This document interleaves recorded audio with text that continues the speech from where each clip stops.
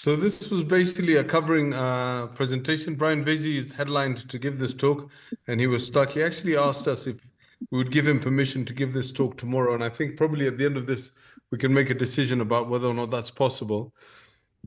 The purpose of the presentation was to try and outline the basics of programming to see what differences there are, because most of us are doing Brady programming with single and dual chamber pacemakers, and to see what are the differences between single and dual chamber programming and CRT programming, especially on the first visit. To look at ways to program a device to ensure that the device is giving you maximal efficacy, and then to talk briefly about optimization of device therapy. And maybe what I'll do today is cover 1 and 2, and then leave point number 3 for you guys to come back to on the 12th of March. Again, we talked about non-response in CRT last week, and we talked about 2 things. The absence of sufficient desynchrony so that you're not resynchronizing something because it's not desynchronous enough. And in order to address that, you need to be able to detect desynchrony. And the second thing is failure to resynchronize. And really, once you've put the LV lead in the correct place and you've closed up, lead placement is no longer part of the equation. So you only have 2 things. Either you're not capturing the device, in other words, the device isn't working sufficiently, or the timings in your resynchronization protocol are suboptimal.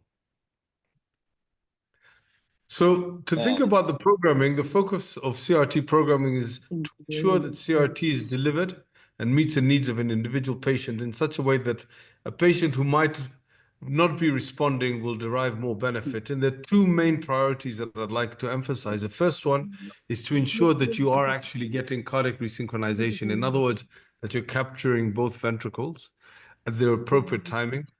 And the second thing is to optimize the timing between the atrioventricular delay timings and the ventricular to ventricular timings. And this will be something relatively new to those of you who haven't come across this and are focused on single and dual chamber pacing.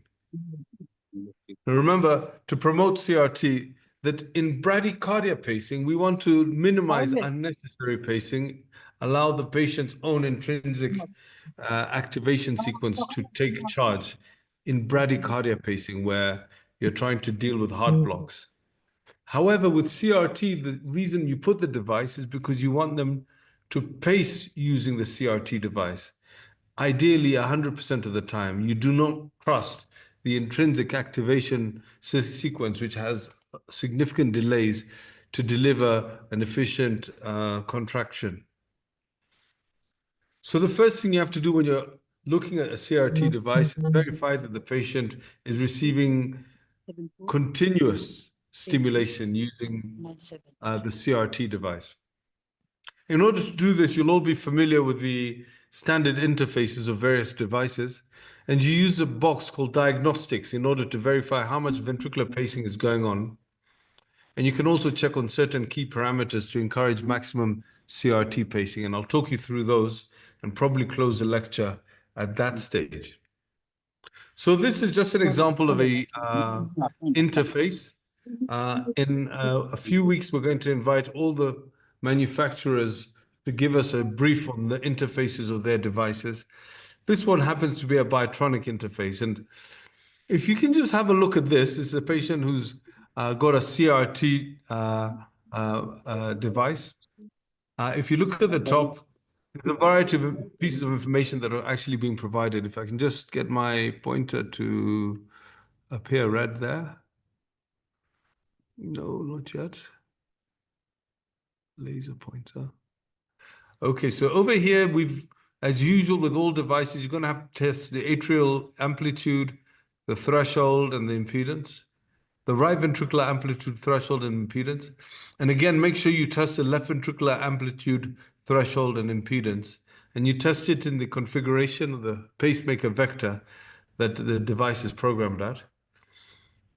You look at the battery, and you look at the programming modes to ensure that the mode, which is DDD, is also programmed not for RV pacing, but for biventricular pacing. You look at your parameters, a basic rate, etc., and you look to see how you've programmed the outputs in terms of the amplitude and the pulse width. And then here, the diagnostics, that gives you a lot of information. I know it doesn't project so well, but I zoomed in on it so that you could see over here. Diagnostics, pacing A, 19%. Pacing biventricular, 98%. And CRT, 99%. And then there's something called atrial arrhythmia burden. That's really important because if you're getting a lot of atrial fibrillation, then maybe you can't program the device to be capturing efficiently. In this particular case, the atrial arrhythmia burden was 0%. Some of the manufacturers recommend this system, which is essentially a standard system for looking at all pacemakers. You look at the patient's rhythm, their underlying rate, and the percent pacing. Just like we did earlier, we look at the battery status, the lead status. We check the sensing and threshold for each lead. We go to the observations or diagnostics box and see if anything has happened. In the previous patient, you'll have noticed there were 5 new episodes. So you would click on that and it would tell us what the device has noticed. And then finally, you'd make the adjustments, program and print the output. This is what they call the PBL stop method.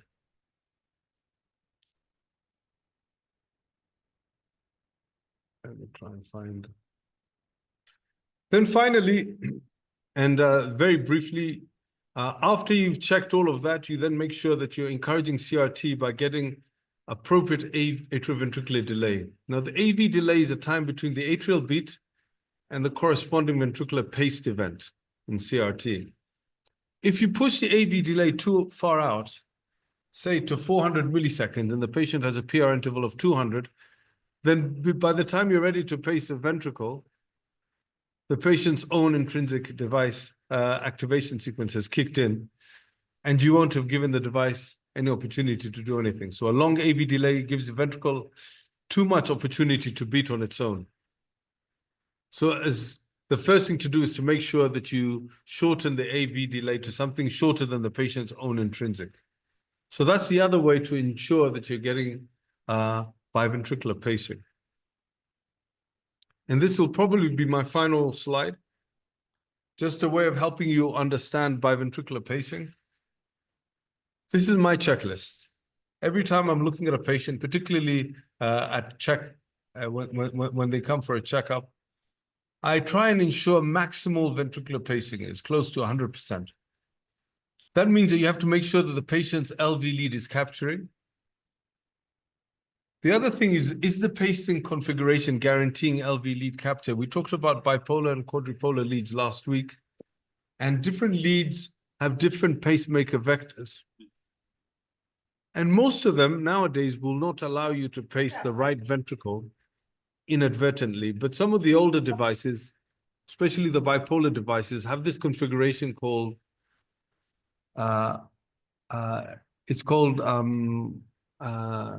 pseudo-bipolar, and you have LV tip to the RV ring. And sometimes you capture the RV ring believing that you've captured the LV tip. So when you're looking at the pacemaker vectors, make sure that you're not dealing with one of those parameters that will create a false reassurance that you're capturing the left ventricle. In general, left ventricular unipolar configurations, left ventricular configurations that go to the coil, like LV tip to coil, LV ring to coil, should be okay. But if it's sort of tip to ring, and the ring is in the right ventricle and the tip is in the left ventricle, you could be inadvertently pacing the right ventricle and making things worse. And then look for things that get in the way of your biventricular capture. So if the patient's got atrial fibrillation that's accelerating faster than the base rate, then that could be a problem. Or if the patient's getting frequent ventricular ectopic beats. And the treatments for these are obviously different. They're not programmable necessarily. If the patient has too much AF, sometimes you have to chemically or electrically ablate the atrial fibrillation. If the patient has lots of ventricular ectopic beats, Likewise, a chemical solution or an electrical solution may be necessary. Sometimes you're oversensing the ventricle. In other words, your device thinks that something's happened in the ventricle and it tells you we're not going to deliver CRT here. So you just have to check the sensing parameters against a sensed R wave and make sure that you don't have a problem there. And likewise with undersensing the atrium. And then I mentioned already the excessive atrioventricular intervals. And without further ado, I think that's 10 minutes. The final subject is the optimization of the delays. And just to give you a clue, the appropriate atrioventricular delays, the timing between when the atria is sensed or paced and when you then tell the CRT device to capture, forms this kind of shape for each individual patient. This is a cardiac output method for checking the atrioventricular interval to see which generates the best output. In most patients, the optimal and out-of-box setting is an atrioventricular delay of 120 to 130 milliseconds. But in some patients, that optimal delay is much higher, somewhere in the 190 milliseconds. And so it's important for us to understand that this sometimes changes a patient's output and outcome. And I want to stop there because it's 9 o'clock. Maybe invite one or two questions, but reassure everybody that we'll be coming back to this particular subject in a couple of weeks. There you go.